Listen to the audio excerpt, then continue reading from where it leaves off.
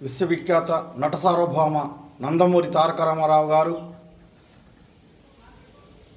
1928 సంవత్సరం మే 28వ తేదీన కృష్ణా జిల్లా గుడివాడ తాలూకా నిమ్మకూరు గ్రామంలో జన్మించారు. రామారావు గారి తల్లిదండ్రులు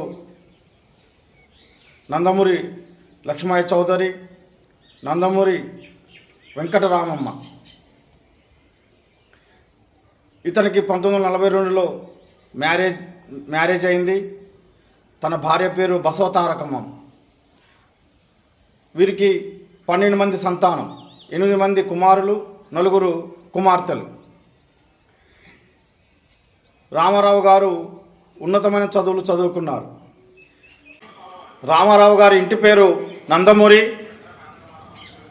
అయితే రామారావు గారు సినీ పరిశ్రమకు వచ్చిన తర్వాత తన పేరులో తన భార్య యొక్క పేరును కూడా చేర్చుకొని, తన భార్య పేరు బసవతారకం, ఆ తారకం అనే దానిని తారక అని తన పేరులో చేర్చుకొని నందమూరి తారక రామారావుగా తన పేరును మార్చుకున్నారు. అంటే రామారావు గారు భార్యకి ఎంత విలువ ఇచ్చారనేది అతని పేరు చూసి మనకు అర్థం చేసుకోవాల్సి ఉన్నది. ఈయన 1949లో సినీ రంగ ప్రవేశం చేశారు. ఈయన మొదటగా పల్లెటూరు పిల్ల సినిమాలో కథానాయకుడిగా ఎంపికయ్యారు. కానీ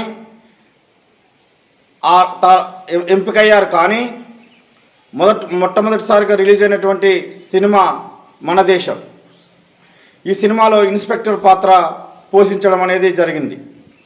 ఈయన తెలుగు, తమిళ్, హిందీ, గుజరాతీ భాషలలో మొత్తం కలుపుకొని 300 పైచిలుకు చిత్రాలు నటించడం అనేది. అంతేకాకుండా ఇతనిని తెలుగు ప్రజలు దేవునిగా కొలిచినటువంటి పరిస్థితులు ఆ రోజుల్లో ఉన్నాయి. లవకుశ సినిమాకి ఈయన రాముడి పాత్ర చేయటం జరిగింది. ఈ పాత్ర చూసినటువంటి తెలుగు ప్రజలు ఇతని యొక్క ఫోటోను దేవుని గుళ్ళో పెట్టుకొని పూజలు చేసినటువంటి మహోన్నతమైన నటుడు నందమూరి తారక రామారావు గారు. అంతేకాకుండా ఈయన చారిత్రాత్మక, పౌరాణిక, జానపద, సాంఘిక చిత్రాల్లో నటించారు. ఈయన పలు సినిమాల్లో నిర్మాతగా ఉండి చిత్రాలు తీశారు. ఎన్నో చిత్రాలకు దర్శకత్వం వహించారు. అంతేకాకుండా ఈయన తెలుగు ప్రజల గుండెల్లో చిరస్థాయిగా దైవంగా నిలిచినటువంటి మహోన్నతమైన వ్యక్తి నందమూరి తారక రామారావు గారు. 1968 సంవత్సరంలో భారత ప్రభుత్వం పద్మశ్రీ పురస్కారాన్ని రామారావు గారికి ఇచ్చారు. 1978 సంవత్సరంలో ఆంధ్ర యూనివర్సిటీ రామారావు గారికి డాక్టరేట్ ఇచ్చి సత్కరించడం అనేది జరిగింది. 1923 సంవత్సరం ఈయన శత జయంతి సందర్భంగా భారత రాష్ట్రపతి ద్రౌపది ముర్ము గారు 100 రూపాయల నాణ్యాన్ని ఆవిష్కరించారు. ఒకవైపు అశోకుని స్తంభం, రెండో వైపు ఎన్టీ రామారావు గారి ముఖ చిత్రాన్ని ముద్రించడం అనేది జరిగింది. అంతేకాకుండా ఈయన 1982 మార్చి 29వ తేదీన రాజకీయ రంగ ప్రవేశం చేశారు. మహానుభావుడు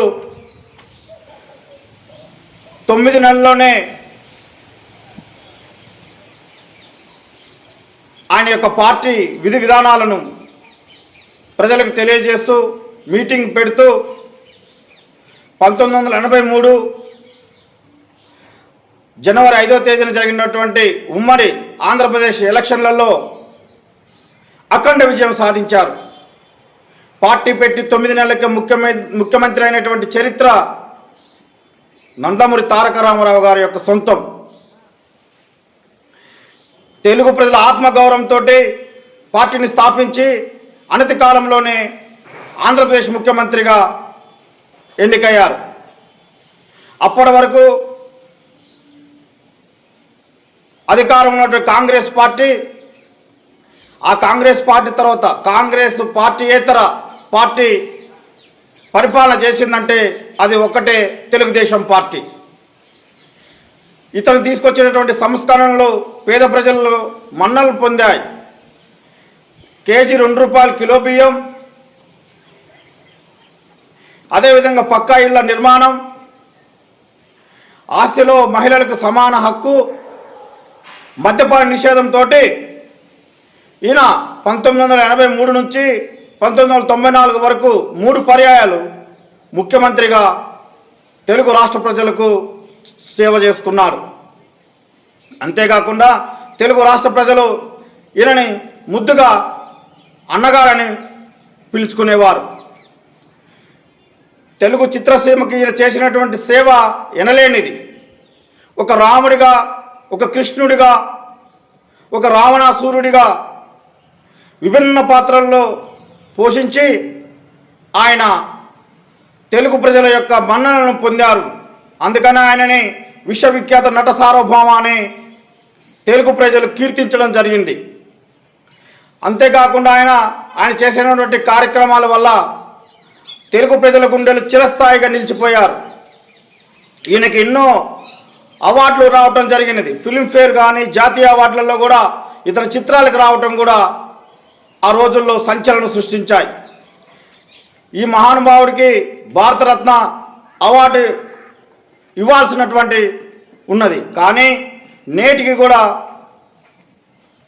కేంద్ర ప్రభుత్వాలు ఏ అధికార పార్టీలోకి వచ్చినా, ఏ పార్టీ అధికారంలోకి వచ్చినా ఎన్టీ రామారావు గారికి భారతరత్న ఇవ్వకపోవడం అనేది తెలుగు ప్రజల దురదృష్టంగా మనం భావించాలి. ఆయనకి ఇవ్వకపోవడానికి పలు విమర్శలు ఉన్నాయి. అవి ఏంటంటే తెలుగువారు కావటం వల్లనే నందమూరి తారక రామారావు గారికి భారతరత్న ఇవ్వలేనదని విమర్శలు ఉన్నాయి. భవిష్యత్తులోనైనా నందమూరి తారక రామారావు గారికి భారతరత్న పురస్కారాన్ని ఇస్తారని ఆశిద్దాం, కోరుకుందాం.